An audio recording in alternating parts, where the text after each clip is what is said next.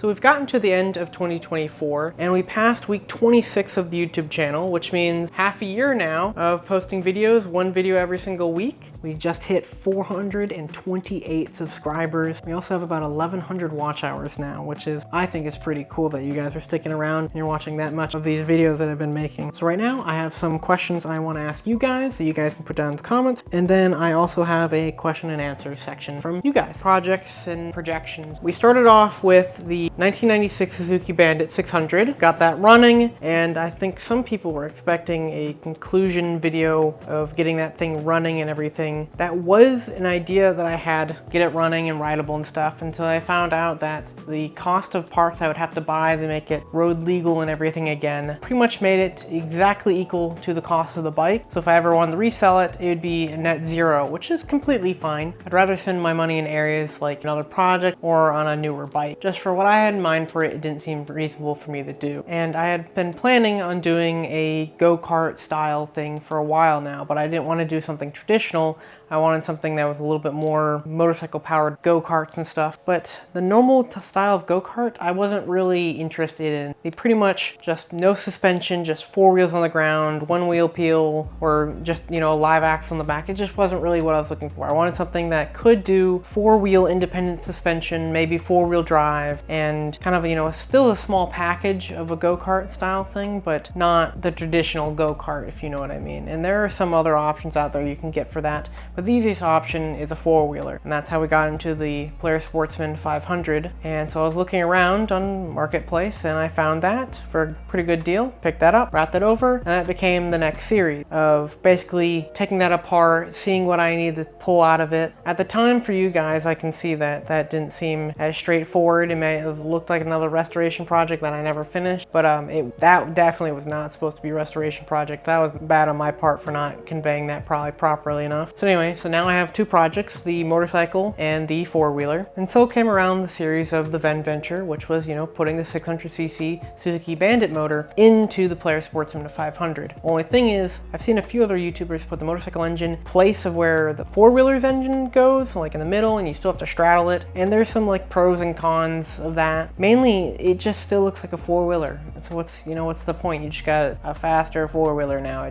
But you spent a lot of money on it, a lot of time and effort, and you essentially just paid for something that you paid time and effort for something you can just pay for, which that's not really what I want. One of the requirements I had about this project was that you're not straddling it, you're sitting in something. It's more of a vehicle, like you're sitting in it kind of thing. So I was moving the engine from the middle to the front. So part of the Sportsman series was kind of planning out where that can go. The final episode of me cutting up it, which did pretty decent in views, which was nice, was basically starting the area of getting that Suzuki motor into there. And then in the Venture series, we furthered that progress by actually starting to mount it in, cutting up the frame of the motorcycle, because I realized the motorcycle cage was perfect because it was cage that went all around the motor, while some other motorcycles only have the cage on like the top half and it kind of abandons the bottom half. So this being fully encompassing was quite nice, except for when taking the engine out of the cage. That was quite a hassle. Anyway, we made the front motor mounts, then we made the rear motor mount, then we started working on suspension a little bit and figured out how we can reuse some of the old parts to make some new front suspension components. Did that, made it so it could roll on its own wheels again. Realized that the frame really wasn't strong in a lot of ways, so had to plan around how getting some of that strength back. Ended up realizing that the seat was a very crucial part of that, and this last Monday's seat video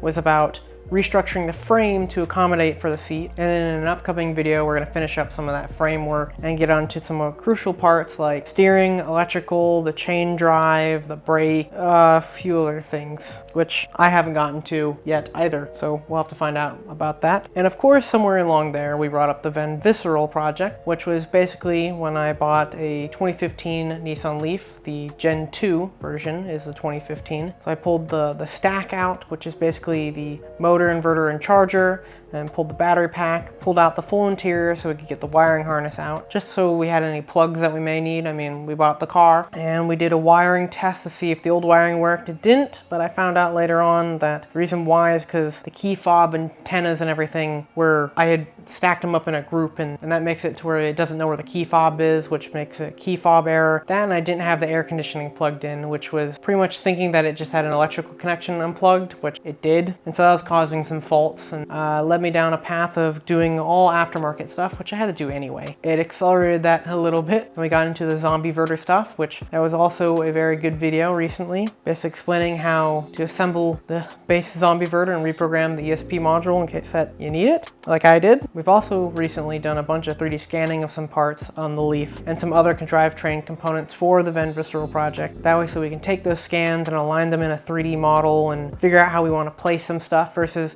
lugging around the bigger components that we have in real life, because it takes time and it's easier just to, you know, click and drag a 3D model around, and that speeds up time a little bit. And there's also the other series, the 125cc hybrid engine. Now, that was just a little 125cc go-kart motor that I found on Marketplace, and I wanted to make it a little bit better. I've seen some videos on it where there's a decent amount of time between shifts, which isn't much, but it's there, and it's a semi-automatic clutch, which means you just have to tell it when to shift and it will do it for you, which is super cool. But I wanted to make it to there was an electric motor to kick in between those shifts and stuff, and so I started on the 125cc series of trying to fix that up, getting that run, and then second video was starting the electronics harness, realizing that there's some other things I was going to need to do, like make sure that the throttle and everything on it was controlled digitally, which was the third video of making sure the carb was digitized, or adding a servo motor to both the choke and to the throttle. There's some other ways you could add servos, but I did it on a very common carb, so other people have access to that kind of stuff too now. Right now with the 125cc, I am finding an easy way to detect when the coil is being fired, so we can check the RPM of it really simply, but I want to do it in a way that other people can replicate for other types of electrical systems and everything, something that's super basic. Not gonna lie, just haven't gotten around to it, mainly because that video was recent, but for me it was well over a year ago. So I just gotta pull it out of storage and, you know, get back on it. But there's a few other projects that I've been working on as well. I don't know if I said in a video, but I work concurrently on like 8 projects. That's why it may seem like I jump around the different series a bunch, is because I'm slowly working on each one at a time, and when something gets done enough, I can, you know, edit all that up into a video and then put that out there. Sometimes I work quick enough on a video that I can get, you know, 2 out at a time, but that means that there's a lot of things that are also happening in the background that you haven't even seen yet. There's a handful of projects you have not seen, and many gigabytes of footage that I have not even gotten ready to start editing, just because I want to wait until the project is done so I can get there, that way so I don't trim something in the edit that you may actually want to see. Now, that also means that I am behind on a lot of editing, because I am slowly getting more and more behind on working on projects. And I'm working on them at the same rate as I was before. However, I had a backlog of a lot of videos, so I'm slowly catching up to that. And I know in a past video I said that I had fully caught up, and that is true, but I had caught up with the stuff, that video that I had been making before the channel had started. And so now I am caught up with the stuff that I could make in the time between that time, if that makes sense. And so basically I am out of footage, which is why today is a channel trailer and a question and answer, which is going to get to something in a second. There's a few files that Patreon members get, and I'm going to show you some of them right now. So it's basically simple. It keeps me in line, keeps me in track, blah, blah, blah, blah. You know, it shows me the prices of everything, but if you saw, it's looking around $300 per video, 1 video per week. You know, for a month, that's, you know, 4 videos, that's around, you know, $1,200. Trust me, that number used to be higher. That's more than all of my combined utilities, rent, car insurance. That's more than all of it, which is not a great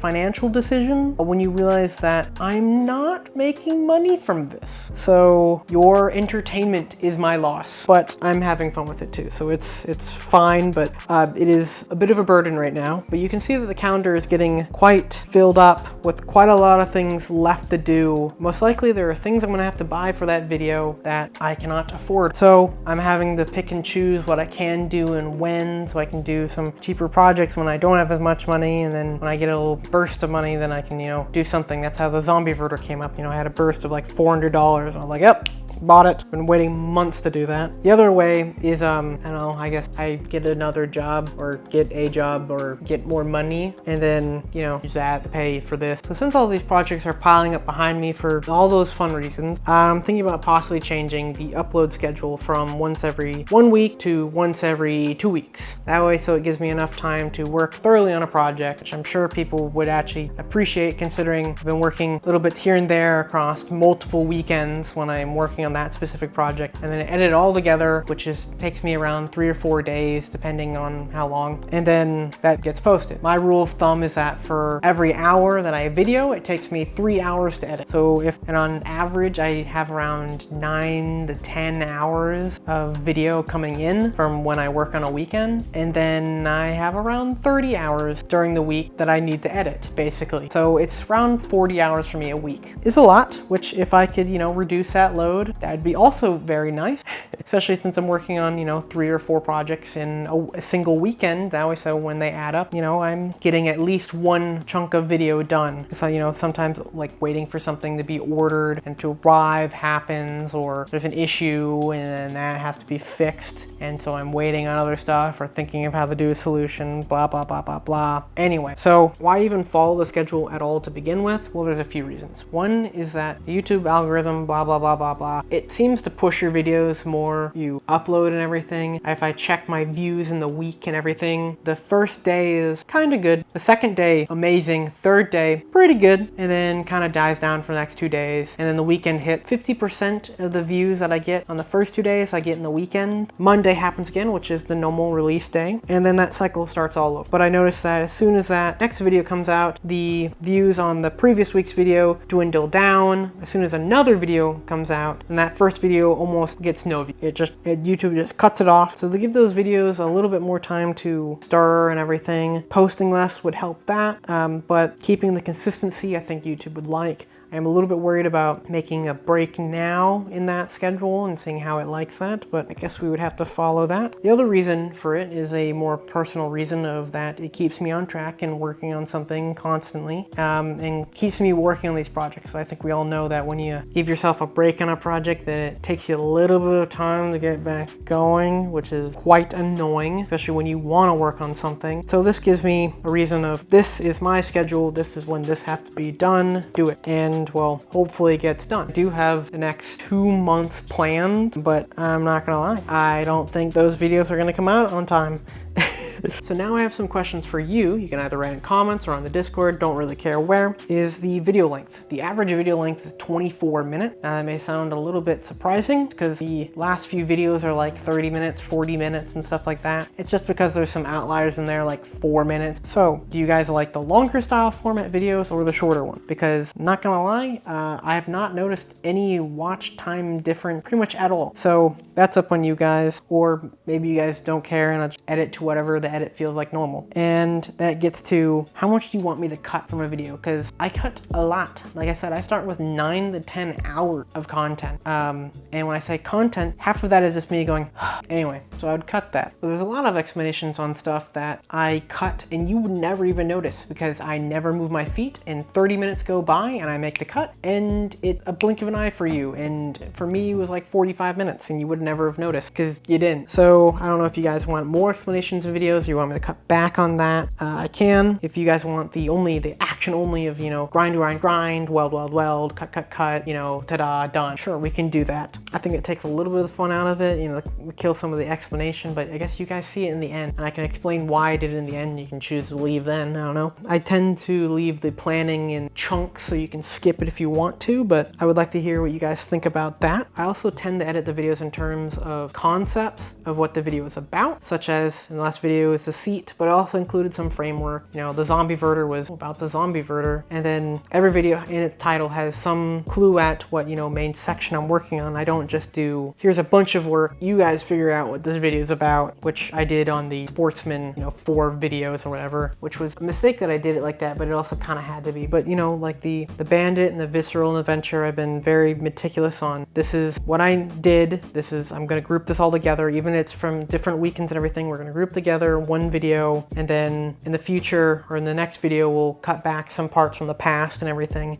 I've done that a bunch. And that's another reason why the project schedule has been a big help, because I would not know when I videoed stuff. Now we can either do, you know, concept-based videos, or we can do vlog-based videos where I just, this is what I did that weekend and that weekend only, or this group of weekends only, and then just have a general worked on the forward kind of thing. I don't know, I feel like that's not really good for describing the title and everything to people. You know, they don't really know what they're getting. Or there's also the video type of where I do the entire thing and you wait a long time and then you just get the full thing. I personally, that doesn't make much sense to me, because at the end of the series, I'm like, I'll just make a compilation video of everything I did. So you're essentially gonna get that in. So you might as well have, you know, little term-based videos, and then at the end, I'll edit the whole thing together, make it one cohesive thing. So I'm sure people also prefer that a lot. Another question, like I say earlier, and like I say at the end of every single video, I say the release day and time of when videos come out, which is Monday at noon, 12 Eastern Time, North America. Now, I checked when people are on YouTube, and it seems Monday at noon is kind of a dip point, which is good. So when you add content, there's not that much out there right then. So when you post it, more people will technically see it. But there's also the side of it that not that many people are on YouTube that time. That means when people go to watch it later, people see that content earlier, because my video's already been, you know, a little bit in the past. I want to, you know, promote new, you know? So I don't know if you prefer a different day. Like, do you prefer Sunday nights? Do you prefer Friday? I don't know, I feel like Friday would be a good option. Since we're possibly changing the release day and whatever, we can shift it from Monday to Friday, you know, who cares? So that is a possibility. So let me know what you guys would think would be best. Right now it'll stick to Monday unless you guys have some ideas. Speaking of future projects, I've been keeping a lot of future projects secret. And I say secret because I tell people I know what the next videos are. So people I know, so people I know in person know what videos are most likely going to be coming out, or projects I am working on in the background, because, well, I'm working on them and they're there. So, but I think, you know, it keeps kind of some suspense and everything to keep it a little bit secret. And even on the Discord server, I keep it a little bit secret. But Patreon members get to know when things happen in advance, because, you know, you get benefits like that. But I don't know if that's holding people back. They get excited, you know, to watch more videos and everything. So I'm thinking about making the concepts of projects, you know, come out a little bit earlier, so you guys find out and get a little bit, you know, more hyped for projects and everything. But also at the same time, you know, I don't want to give out the name of a project, what we're going to do on it too early, because, you know, I'm not trying to gatekeep, but also, like, you know, I kind of want to be that person that does that project, so it's whatever. And then, so all the videos I record at 1080p 30 FPS, or the 29.97 FPS, whatever the heck that is. And I do that for mainly one reason. It is a decent enough resolution. We don't need 60 FPS because we don't have that much fast-paced motion, let's be honest, and it saves a lot of space. I'm so glad I bought an 8TB hard drive, because believe me, we're through half of it. You may be wondering, oh, the videos I've seen from you don't seem like it's taking up 4 TB. Well, you're right, because there's a lot of videos you haven't seen. There's a lot of content from that, and again, like I said, there's like 10 hours every single weekend, pretty much, from, not every weekend, but most weekends. And so you can imagine over, see, I started videoing 2 years ago, and it only became highly consistent until like January of this year. That's like 520 hours if you do that math real quick. It's probably not that much. It could. Oh, it very could. And I say it very could be because I sometimes record with, you know, 2 cameras, so I get a side and top down angle. So that pretty much doubles the amount of footage time that I have. So that's great. So yeah, I have a lot of footage, and that needs, you know, a place to store. So anyway, let's ignore that limitation right now. Do you guys want higher frame rates or resolutions and everything? Like, does it really matter to you after YouTube did that one 4K cap and the bitrate cap, whatever, for premium members and everything? So if that's like a perk for Patreon members or for premium members, I don't know what you guys want. For right now, I don't really tend on changing it, because none of the videos I've recorded in the past 2 years are higher than 1080p, and I can record up to 4K. The camera supports it. I just don't do it. I mean, Heck, I could record up to 1080p 240 FPS. I could record 4K 120 FPS.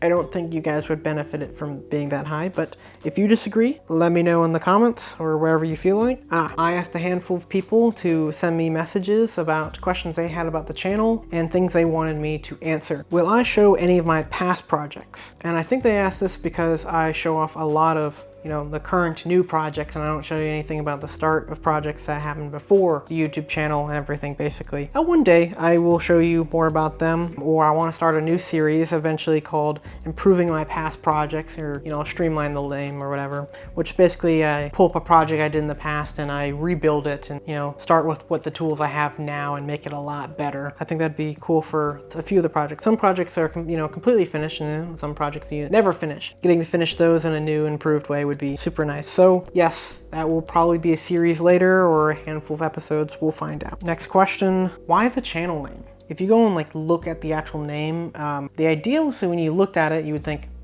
mechanism, because 9 out of 11 of those letters are the letters to spell mechanism. 2 of them, the CE, are not part of the word mechanism. Probably wondering why the heck they're in there. Some people pronounce it Mechanceism or some other alteration of that, but I just intended it to be just mechanism because you look at it and you sight read it, it just looks like mechanism. The pun or slash joke there is that my name is Chance, and so I can fit the name Chance inside the word mechanism by putting the little CE in there, and you just gloss over it, you don't really notice it. So that is why that is the YouTube channel name. It used to be Designisms, but Next question, why did I name the projects that I did? Well, in the order of projects, how I started them, the Nissan Leaf project came before the four-wheeler and motorcycle engine project, and so I was thinking of a way to make something electric, that had a lot of good torque, at the low and everything, just something that really, punch at low speeds, but also have some decent mid to high speed. And when I was searching around for motors, I found the Nissan Leaf motor, and I just imagined, having 200 horsepower, 400 foot-pounds in this tiny little frame, all-wheel drive. That feeling would be just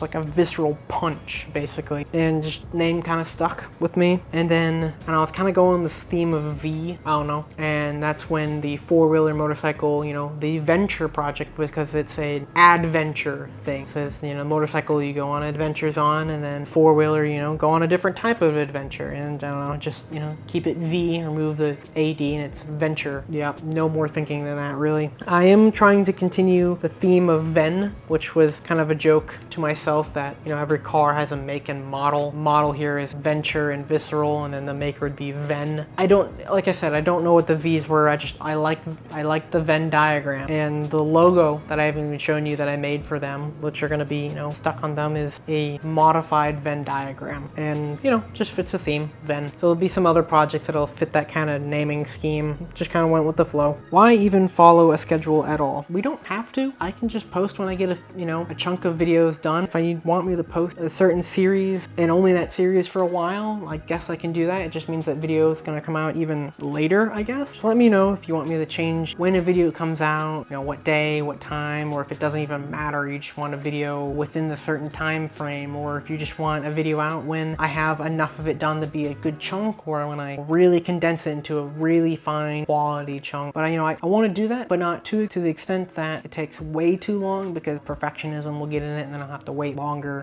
That stuff happens, and that the point of having a schedule is to not have that. So I'm trying to trade some of the quality and quantity for consistency to keep me going on these projects, or else it will become a lot longer between videos.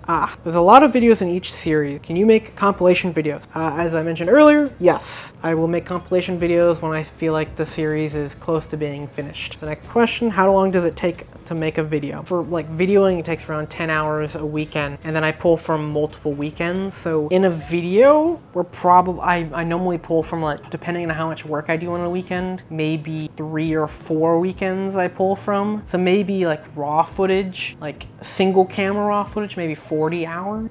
Sometimes it really doesn't seem like it, but it's there.